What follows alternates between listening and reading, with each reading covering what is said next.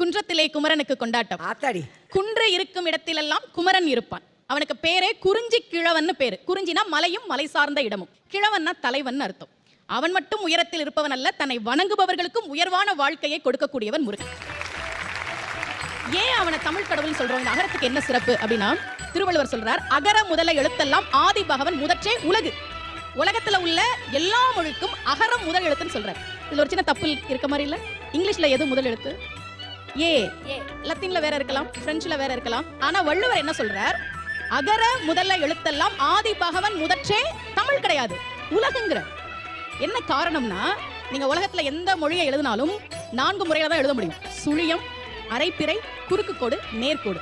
ஏல 2 நேர்கோடு 1 குறுக்கு கோடு. ஹிந்தியில ஆல அரைப்பிறை, அரைப்பிறை, குறுக்கு கோடு, நேர்கோடு. அதனாலதான் வள்ளுவன் சொன்னான், எந்த மொழியாக வேண்டுமானாலும் இருக்கலாம், என்னுடைய தமிழில் இருக்கக்கூடிய அகரத்தை தாண்டி நீங்கள் எழுத முடியாது என்பதால் தான் அகர முதல எழுத்தெல்லாம் ஆதி பகவன் முதற்றே உலகு.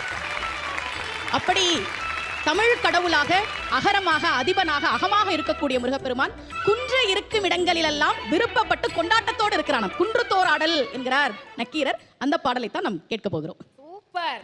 வெற்றிவேல் முருகனுக்கு.